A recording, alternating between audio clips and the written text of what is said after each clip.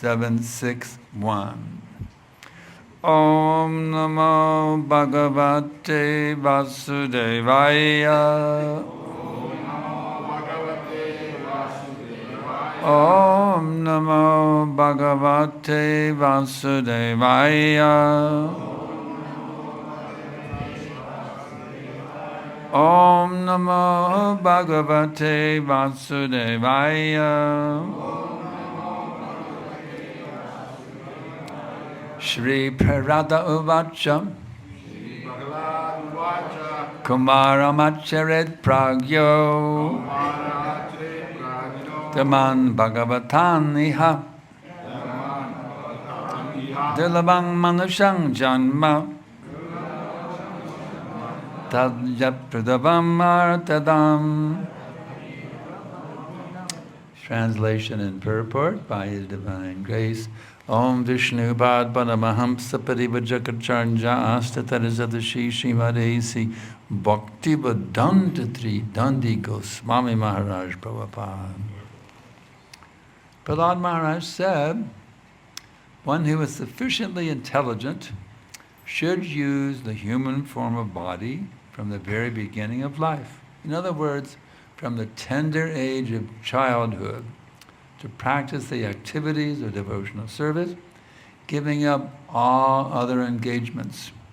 The human body is most rarely achieved, and although temporary, like other bodies, it is meaningful because in human life one can perform devotional service.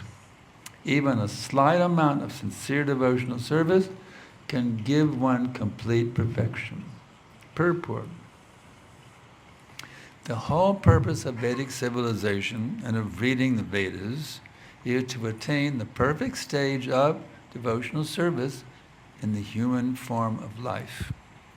According to the Vedic system, therefore, from the very beginning of life, the brahmacharya system is introduced so that one, from one's very childhood, from the age of 5 years, one can practice modifying one's human activities so as to engage perfectly in devotional service. As confirmed in Bhagavad Gita 2.40, Svapamasya dharmasya trayate mahato bhaya. Even a little advancement on this path can protect one from the most dangerous type of fear.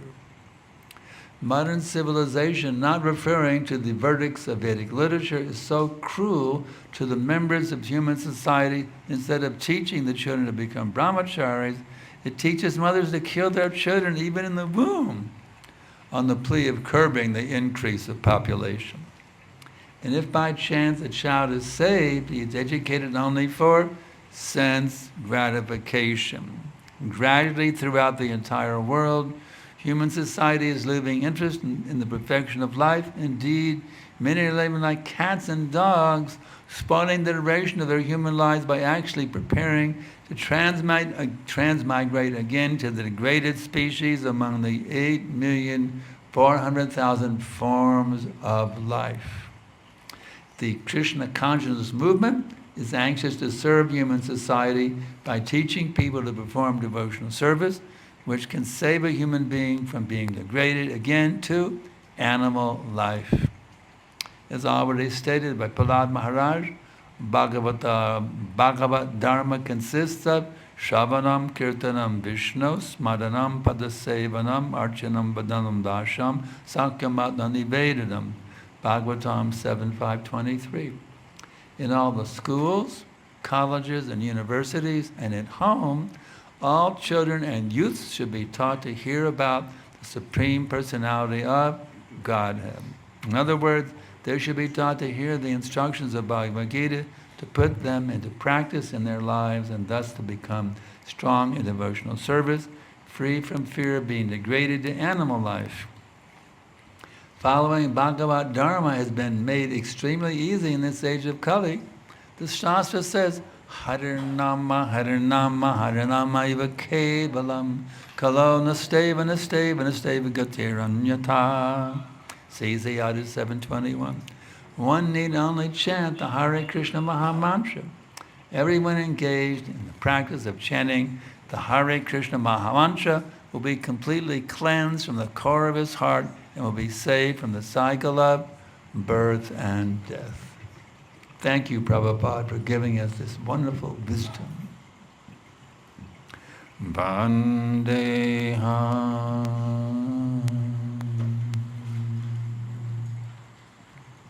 Shri Guru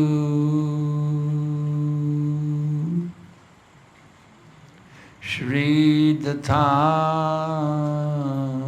Balakamalam Shri Gurun Vaishnavam Sham Shri Rupam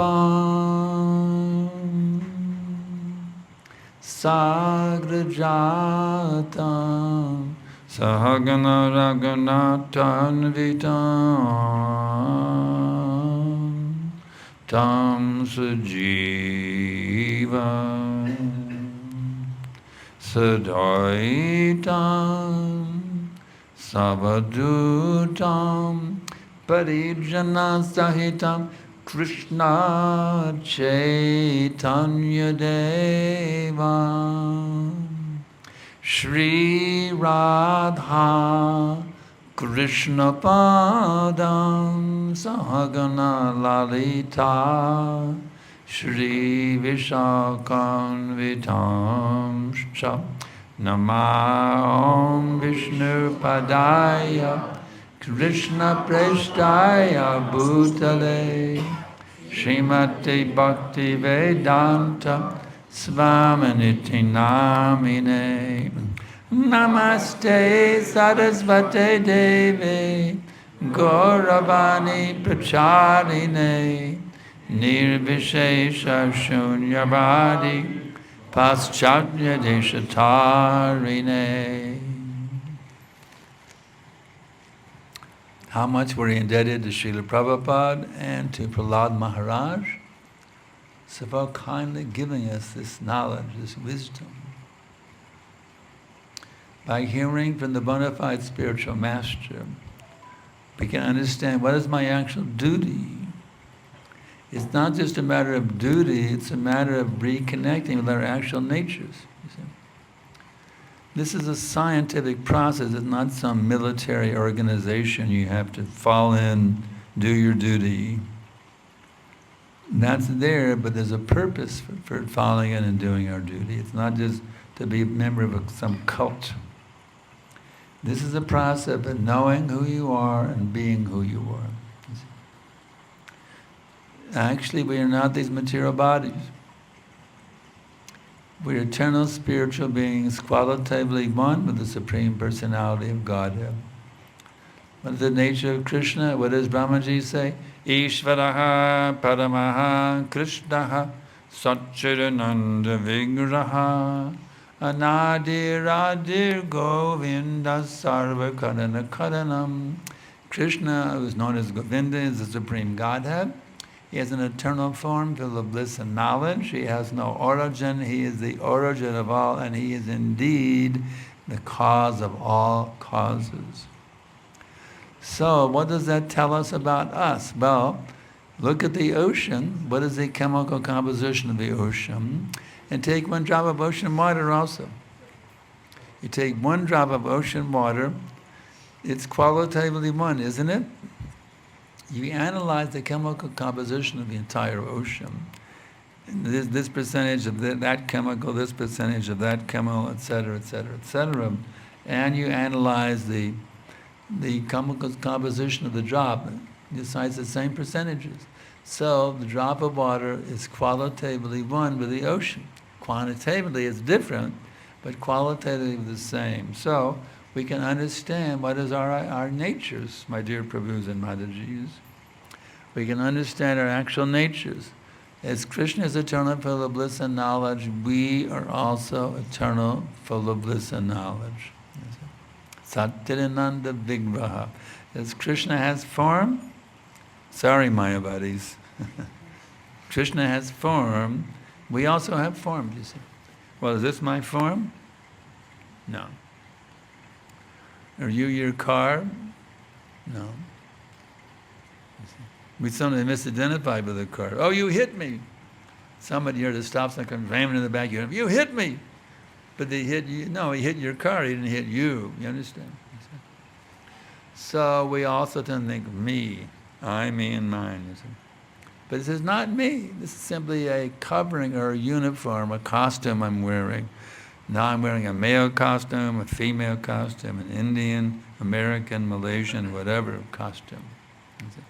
So this is not our actual selves, my dear Prabhus and Mataji. This is not our actual selves. You see. Trouble is, we look in the mirror. How do I look today? Isn't it? How do I look today? We have to kick it out, kick it out. You understand? You have to kick it out with boot, this false identification of matter. I'm not a woman. I'm not a man. I'm a spiritual being, qualitatively one, the Supreme Personality of Godhead. You all understand this? Does it make sense to you, or is it just some flowery words? Huh? Does it make sense? Or is it flowery words? What's the answer? Does it make sense, or it's flowery words? Makes sense? Okay, since it makes sense, now we have to act on it.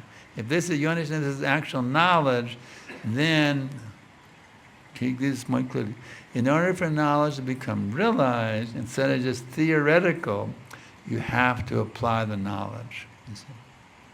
If you don't apply it, you lose it. You see. The teacher may tell you 1 + 1 = 2, but if you never put it into practical application, you forget about it after a while. You see, you have to apply the knowledge. Otherwise, don't use it, you lose it. You see. So we have to act on this platform also. You see, we have to act on this platform of I'm not this body. We have to start thinking, feeling, and acting. Even though it's not natural right now for us, it seems artificial in the beginning. You see. But actually it's not artificial. Thinking I'm the body consciousness, that's artificial. To think I'm the body, that's actually artificial. Well, we've been doing it for so many millions and billions of lifetimes. Since a time immemorial, we've been falsely identifying with these material bodies, therefore it seems natural. What is unnatural seems natural because we've been doing it for so long. You see. Well, it's time to reverse the crooked mentality. Understand that? It's time to reverse the crooked mentality we've been caught up in since time immemorial. You see. We've been psychologically deranged. You see. Spiritual Master is a psychologist. He teaches us how to become sane. Right now we are you understand? Right now we're insane. I'm a woman, I'm a man, I'm 28, I'm 75. This is an illusion. You see. We're suffering illusion and confusion in profusion. So the spiritual master is the expert psychologist. As a psychiatrist, he's come to help us get our brains straight, get things straightened out psychologically. We are, as they say in English, we're psychological basket cases. We're really messed up, big time. We get everything backwards. We don't know what we're doing. So by hearing from the bona fide spiritual master who teaches us not some invented, concocted philosophy. Actually, you were supposed to, actually, you're supposed to test the spiritual master? Did you know that? You're supposed to test the guru. Really? I'm supposed to test the spiritual master? Yes. You're supposed to test the spiritual master. Is he speaking according to the previous acharyas, or is he concocting something? Is he speaking according to Shastra, or is he inventing some new fancy philosophy to razzle-dazzle my brain? You see? You must test the spiritual master. Don't take a spiritual master blindly. Guru Dev, Guru Dev, Guru. Don't accept the spiritual master blindly. You must test the spiritual master to see if he's speaking according to the Shastra. Then you can accept him, you see. Then you can accept. Spiritual master also tests you as well. He wants to make sure you're not taking initiation just to make a show. I'm initiated disciple now of such and such guru. Just see, I'm a big shot now, I'm initiated. I got my spiritual name, Ki Jai. No. Spiritual master also test the disciple also. Is this person actually sincere about surrendering to Krishna? They just want to make me a show about a disciple, you see. Spiritual master does not want show-bottle disciples. He wants genuine disciples who are willing to surrender themselves fully to the instructions given by Krishna in the Bhagavad Gita. You see. So they test each other. Disciples test the guru, and the gurus test the disciples. It's a two-way testing process here. You see. And if both tests are passed, then you're set. You see, you've taken shelter of a bona fide spiritual master. Now you're the bona fide disciple and the bona fide spiritual master. Now they engage in sadhana bhakti. You see. I'm just reading today a wonderful statement, actually in the car on the way reading here, trying to pick a verse. I found one verse that was very nicely stated by Prabhupada. In the beginning, it's sadhana bhakti, you see. You follow the instructions of the spiritual master, the scriptures, and then become to raga bhakti. It's pretty amazing what happens. At raga bhakti, Krishna directly instructs you from the heart. You can say, ask Krishna, should I do this, Lord, or should I do that? Krishna will direct, just like Krishna instructed Arjuna in the battlefield. Krishna will directly and talk to you and tell you, do this, don't do that. He'll definitely tell you, you see. We can't imitate that now in our neophyte stage. Krishna told me to do this, and no, can't imitate that. But when we actually get to raga bhakti, beyond the sadhana bhakti level, we'll achieve that. So that's something to aim for. Let me come to that position of prema bhakti, raga bhakti, where Krishna will actually instruct me how to think, how to speak, and act in every situation. But until then, we have the spiritual master, we have the scriptures. The spiritual master is the external manifestation of Krishna within the heart. So if we follow the orders of the spiritual master and the scriptures, then we know we're properly situated. Prabhupada is directly in contact with Krishna. Every word of his books are directly dictated by Krishna within the heart. Every word of Prabhupada's books are directly from Krishna. Prabhupada is simply giving what Krishna is dictating within the heart. So just see how powerful these words are. That's interesting here. We know brahmacharya is for boys, not for girls, right? But look later in the purport. All the children, this is boys and girls of each age. Look at what does it state here. In all the schools, colleges, and universities, and at home, all children. So this is girls and boys both. It's not just only for brahmachari. Tapasa brahmacharina. Forget about the girls. No. Prabhupada says all children should be taught. This is for girls and boys both. In every situation, schools, colleges, and universities, and at home, all the children should be taught to hear about the Supreme Personality of Godhead. So how much are we training our children to become eager to hear about Krishna? How much are we actually doing that, parents? How much are we actually training our children to be very eager to hear about Krishna? Are we reading to them from the scriptures? Reading to them stories from the Krishna book? How much are we actually engaging our children, and the boys and girls both, in hearing about Krishna?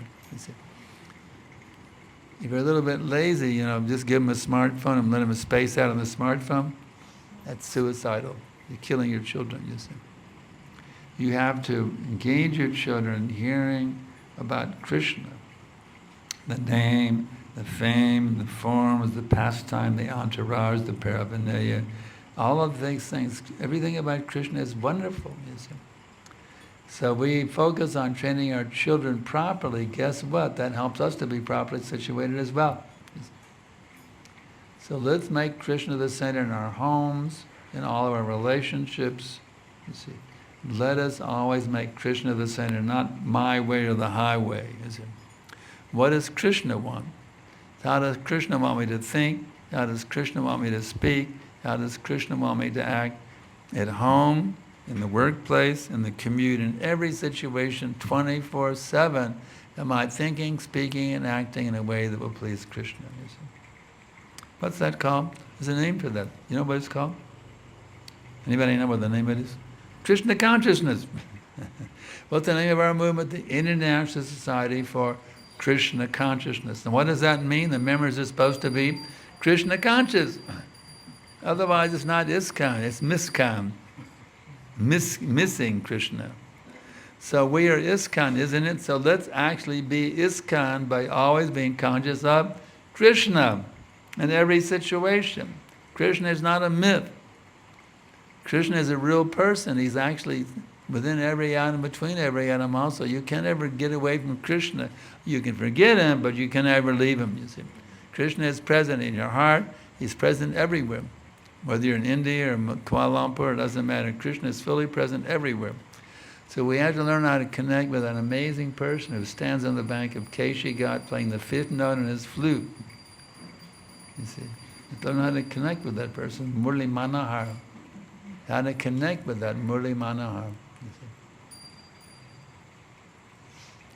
The gopis warned, one gopi warned her gopi girlfriend, don't you dare go to the Jamuna bank tonight. You know that slip? Smedam bangritai bachitam sachavishtan nadishtang bhangsirada kishalam ujadam chandakena govindakam haridam hita keshi nampe mahapakshishtastavayadi sakestam zavandam. Sorry, my Sanskrit's a little sloppy. I'm going to try again. Smiran bangitaya bachitam sachavishte nadishtang bhangsinana kishalam ujadam chandakena govindakam haridam namita keshi terpatkatam te mahapakshishtastavayadi sakebandishtivangaha. Still a little sloppy, but the translation in English is, my dear gopi girlfriend, if any desire to enjoy society and friendship and love in this world, then don't you dare go to the bank of Jamuna.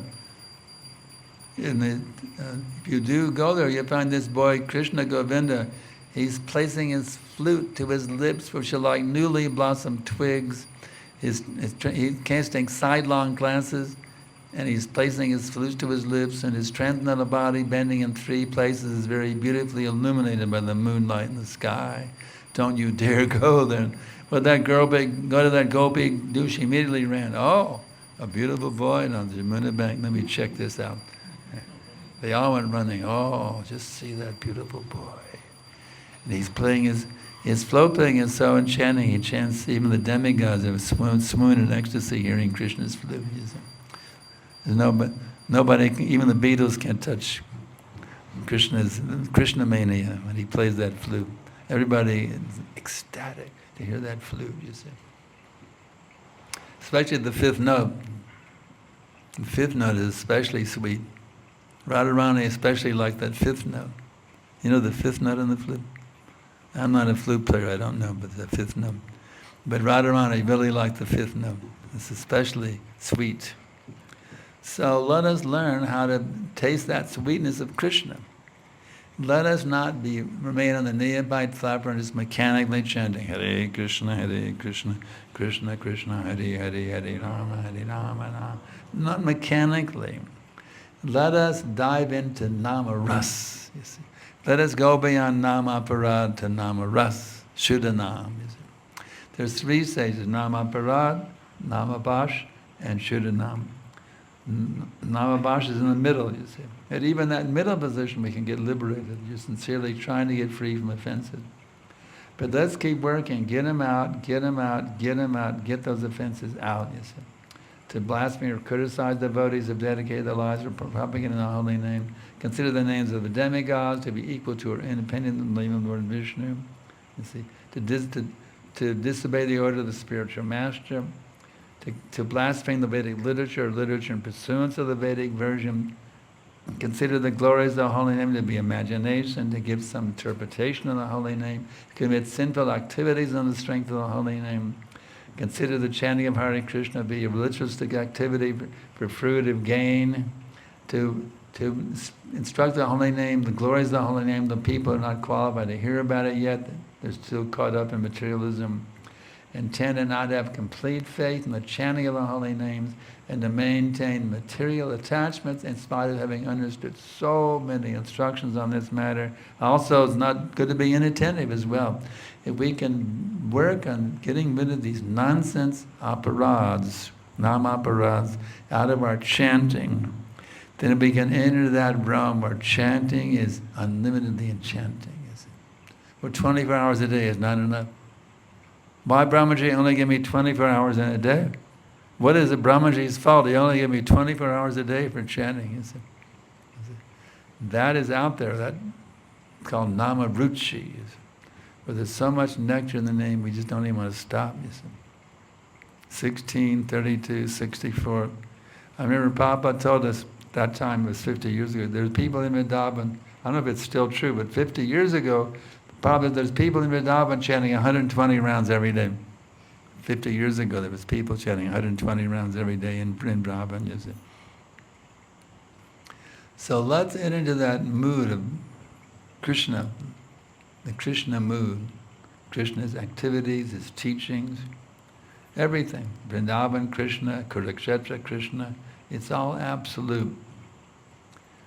So in this way, we can actually become exhilarated, magnificently splendorous days every day, you see. Every day another adventure, you see. Just imagine if every day you wake up excited, oh, another adventure today. Another, oh no, I gotta work to do. I have to do this. No, if you're actually Krishna conscious, I don't care what you're doing externally, whether you're working, going to school, or it's going on a vacation, or whatever it may be, if you're actually Krishna conscious, every day will be the most exciting, thrilling adventure, better than it was yesterday. Every day becomes sweeter and sweeter and sweeter and sweeter and sweeter. That's Krishna consciousness. Your body may be getting old on the way to the crematorium, but your consciousness is becoming more and more youthful every day. More and more youthful every day, you see. And more and more youthful every day a little bit younger, a little bit younger, a little bit younger in your heart. You see. So, any questions? Questions are welcome. We had so many questions today in Kuala Lumpur, a whole ton of them. So questions, I welcome questions because actually, to be honest with you, everybody has their doubts. We all have even Arjuna had doubts, okay?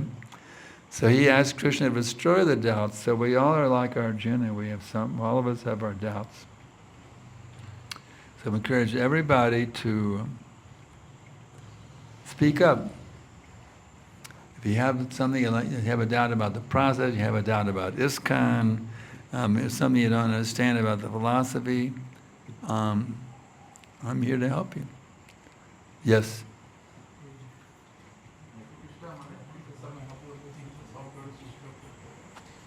Just 1 second. Give you a mic. Hare Krishna Maharaj. The embodied soul, the soul is embodied, and when the body feels pain, does the soul feel the pain as well, or is it aloof? Is it connected, or how do I understand? When you're driving in your car, something goes wrong in the car, a little red light comes on, doop.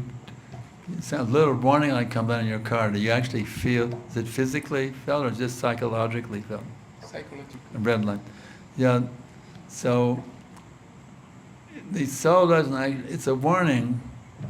It's like, this there's a fire and you accidentally stick your hand and you're touching the, you're touching a fire, an iron to see if it's warm enough yet, and you touch it too long, you burn your skin. So it's a warning sign. Pain is actually a warning sign. You're doing something wrong. The red light comes on in the dashboard. I'm doing something wrong with the car, so I have to change what I'm doing so the car doesn't become hurt. So pain is actually a warning sign to help you take proper care of your body. And as long as we're identified with the body, we do feel it, you see. We feel it because we're identified with the body. When you're completely free from body identification, you don't feel it. But now we're not there yet. We're still identifying, I am this body, so we still feel it. Pains and pleasures are on the bodily platform. On the spiritual platform, there's nothing but transcendental bliss. So we're feeling pains and pleasures because we're still misidentifying with the body. The soul is beyond that, actually. Make sense? Yeah, thank you. Does the soul feel pain? Huh? Does the soul feel pain? The soul is actually not experiencing the pain. The body's experiencing the pain. Because the soul is misidentifying with the body, the soul feels the pain due to the illusion of bodily identification. So the soul is actually transcendental to all the pains and pleasures of the material world, completely transcendental. But the soul is experiencing the pain due to misidentification. Ouch!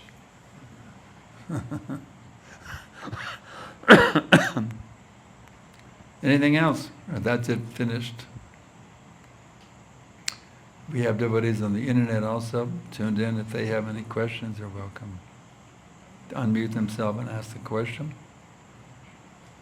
So you come all the way from America to your temple and there's no questions? Spend all the money on the airfare and there's no questions?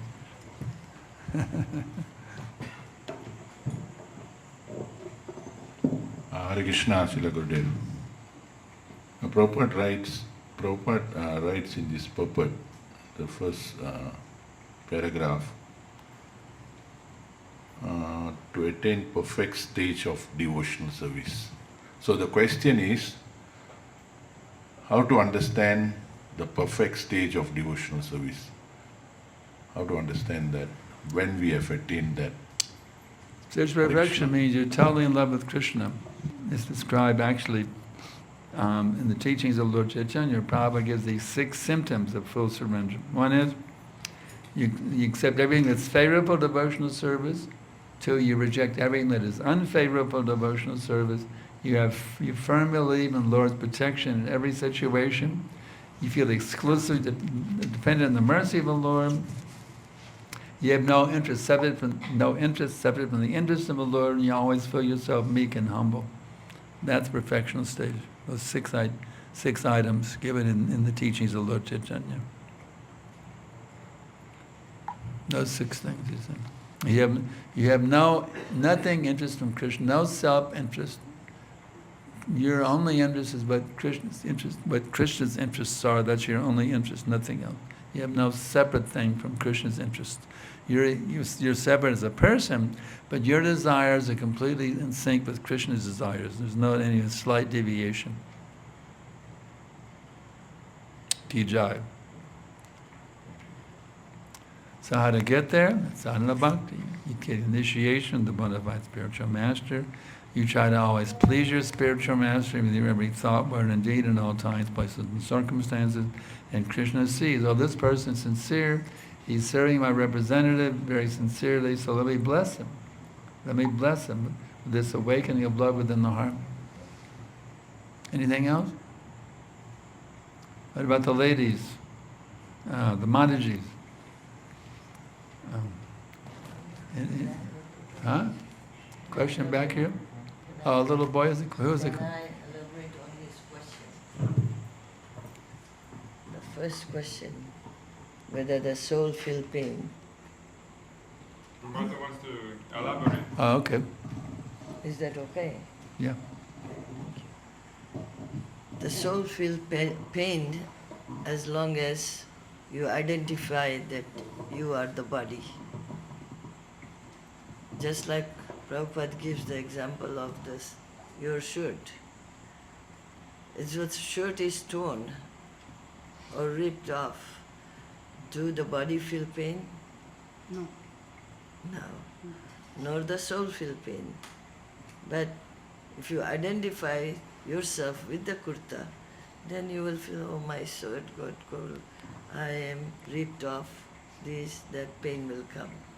But you will just think that this is the kurta only. I can get a new kurta. It's not. The same thing Prabhu gave the example of the car. The car is damaged, you are not damaged, but if you identify my car, then you will feel pain. If you lose your hat, and you think you are your hat, then you're devastated by losing your hat. This hat is me. If you lose your hat, oh, I've lost my hat. Oh no, I'm devastated. I lost my hat. I lost my hat. You think that hat is you, then you see, then you're devastated by losing your hat. I actually thought the hat was me. See? So we have to stop just misidentifying with this body. Family members, they live they be associate, my wife, my children, if something happens, then I feel pain. I don't feel pain when somebody else is hurt. Because this is the greatest disease we have, I, me and mine, which even doesn't belong to us. And that we feel pained. Does that make understanding clear? So, how many of you are still misidentifying with your body? Raise your hand if you're misidentifying with your body.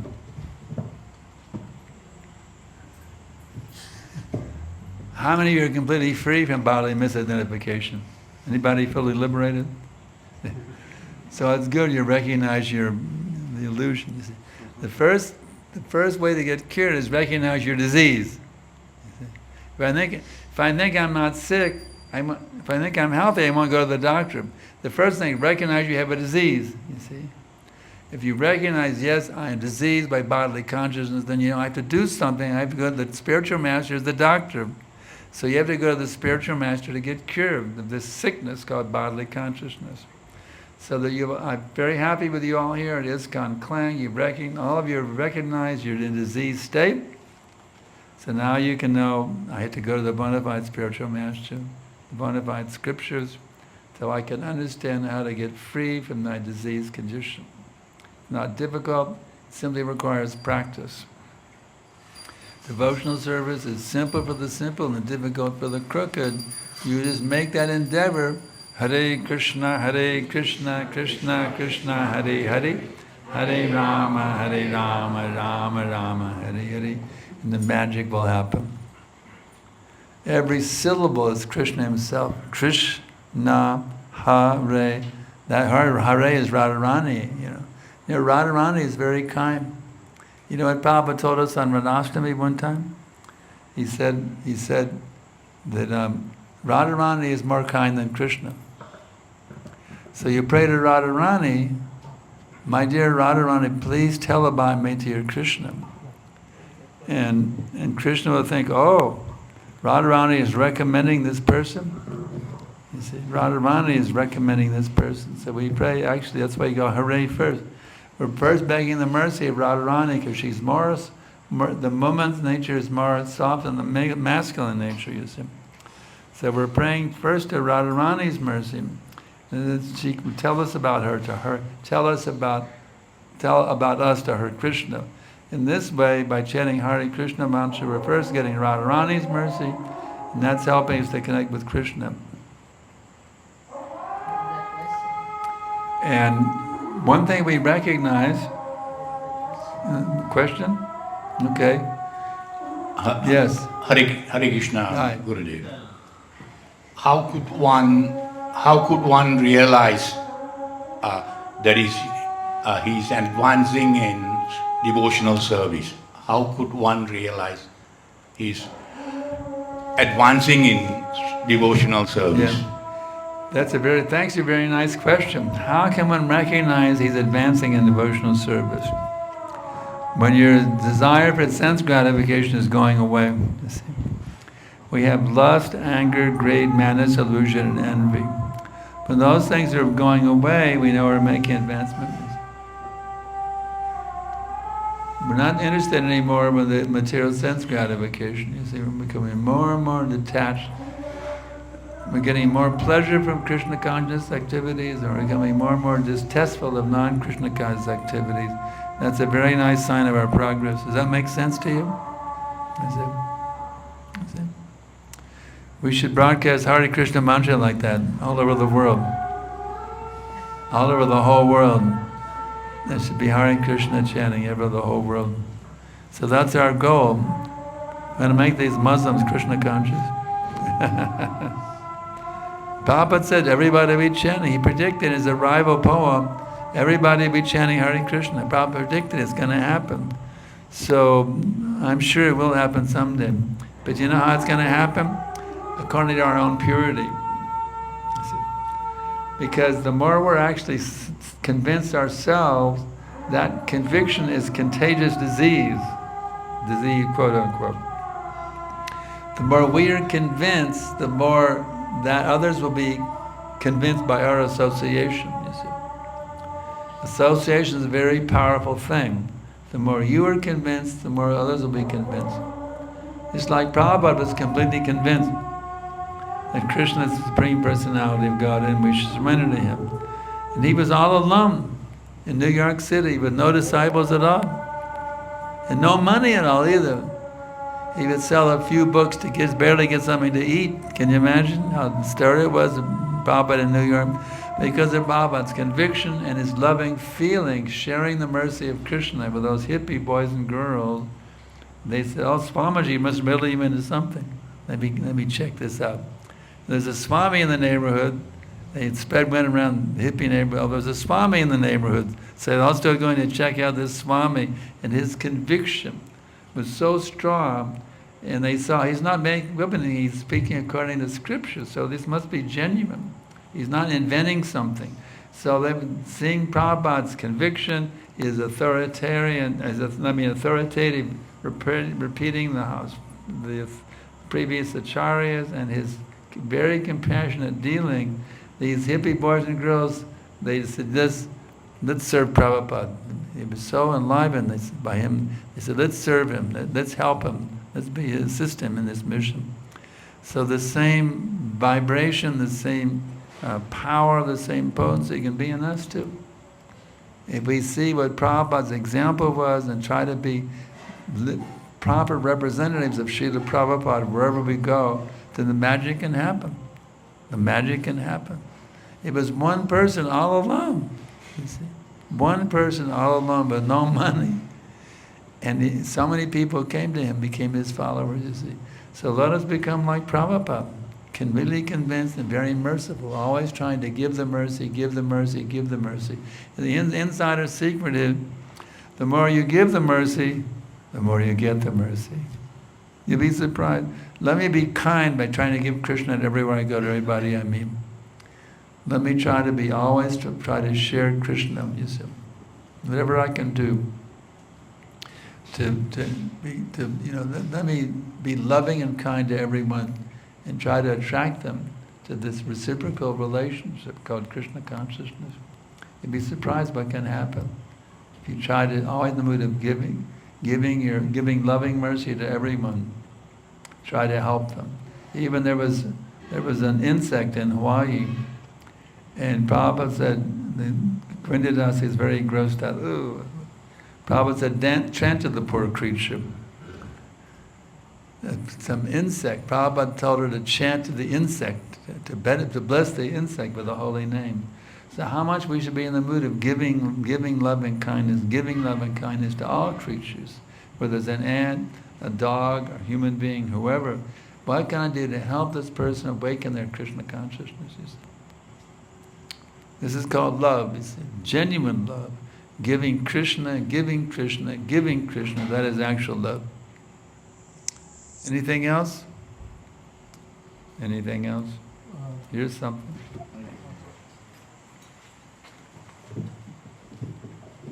Dandavat Pranam Maharaj. I just want to know what is quality rounds, what is the symptoms of quality rounds, chanting the quality rounds. The symptom of quality rounds is you don't want to stop chanting. 16, that's a good start. 17, 18, 19. Good chanting means if you're chanting really proper rounds, you don't want to stop at 16.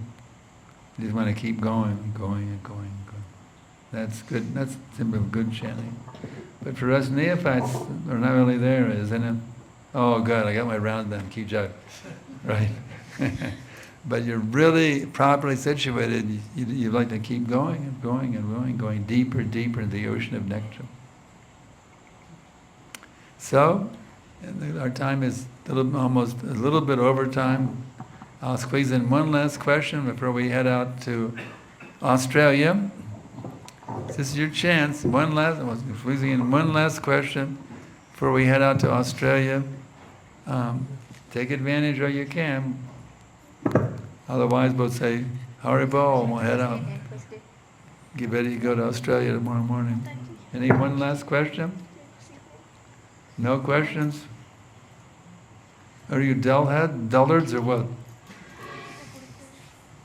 Space cadets. Inquiry means intelligence. Hare Krishna Maharaj. Just the other day I was talking to a Christian lady. Their justification of killing animal is, I don't kill the soul, I just kill the cow. So how to they say, I don't kill the soul, I just kill the cow. So this Christian lady is telling me, we only killing the cow, but we are not killing the soul. So how to justify this? Well, Krishna says not to kill the body of the cow. It's considered very simple to kill the body of a cow. Cow killing is a great sin. Krishna is he's called Govinda. When it gives pleasure to the cows enjoy being killed. You see? Suffering. They enjoy having their body killed. It's a horrible thing. Can you imagine these poor creatures? It's just horrible to think about it. Here's a soul who just eats grass. A gentle soul eats grass, doesn't harm anyone. She's been giving her milk, and the human beings are enjoying the milk, milk and cheese and ice cream and misti dahi and so many things. And now to take the creature and kill the creature. Just imagine how demoniac that is. Cow killing is very, very, very demoniac. And those persons who kill cows, they're going to be killed. They'll face a horrible death. Anybody who kills the cows or eats meat eats the meat, they're all going to meet a horrible, horrible death. That's the karmic reaction. Why didn't you ask her, what if I kill you and I'm not killing your soul? Would you like it? The cow also feels pain like you do. I asked her something. Okay. You She should. inquired. Yes, that is the answer for them. So how can you kill the body and eat for your child? Yes. I don't kill the soul. Yeah, if I do that, I won't kill your soul, I'll just cut one limb, see how you feel. Not the whole body even. I can cut your one arm and see how you feel. So same way all the living entities feel the pain. You don't like pain, how can you give pain to others? Their religion is saying that. No, your religion doesn't say. Bible says Thou shalt not kill. Thou shalt not kill. And for the human, the grains, that something is that in seed-bearing fruits only. See, they interpret. Sanat Kumara, please. They want to change the Bible to change thou shalt not murder. But that's it. They want to change their scriptures to support their sense gratification. But the Bible says thou shalt not kill, period. Not thou shalt not, it doesn't say thou shalt not human being, thou shalt not kill, period. So this is not Christianity, this is medianity. So, I mean, if you actually, are you from a Christian background? Yeah, I was also a Christian background, Presbyterian denomination.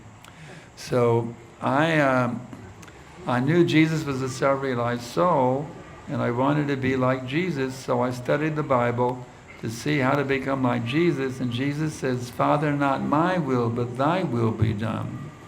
So Jesus is teaching the same thing of Bhagavad Gita, Sarvadaman Parijajab. So Jesus is actually a pure devotee, he's a Shaktavesh avatar. So if you actually follow Jesus, you become a perfect devotee of Krishna. Because Jesus, he's the Son of God, Krishna is the Father, and Jesus is the Son. So if you actually follow Jesus, you become a perfect devotee of Krishna. So don't be a rascal, so-called Christian.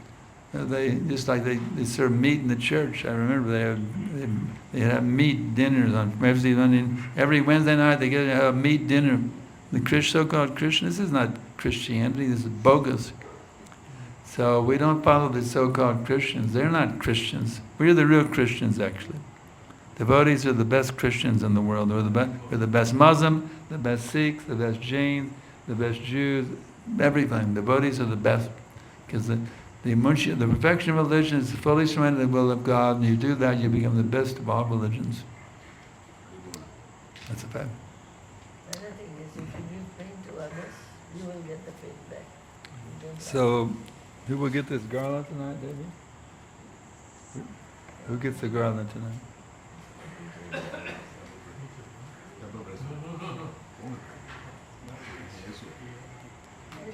Okay, he wants it? All right. Now you be a real Christian.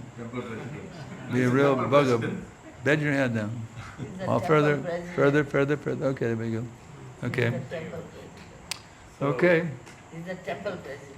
The temple president. Ki Jai. All right. TP. Now you're a bona fide president, temple president, but becoming a pure devotee and making all your members pure devotees. I follow whatever he says. That's all. Thank you, Maharaj.